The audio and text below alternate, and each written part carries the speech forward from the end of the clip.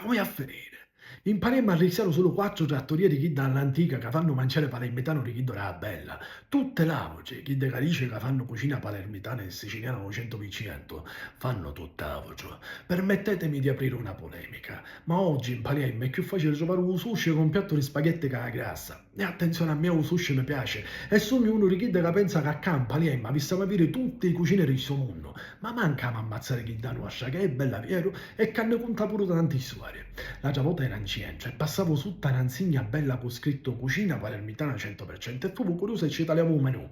La prima cosa erano ravioli con pesce, pistacchio e gamberi. E allora me ne tornavo a casa e parlavo con me zia e disse, zezzi, ma tu quando eri niconicato a casa, quanto potevi mangiare questi ravioli con l'ambari? Il domatore mi disse, ma poi io, manca avevi i vicini per chiangere. Dalla cucina, dalle ricette e dalla lingua passa una linea vitale della nostra cultura che se noi ci ammazziamo, la perdiamo per sempre.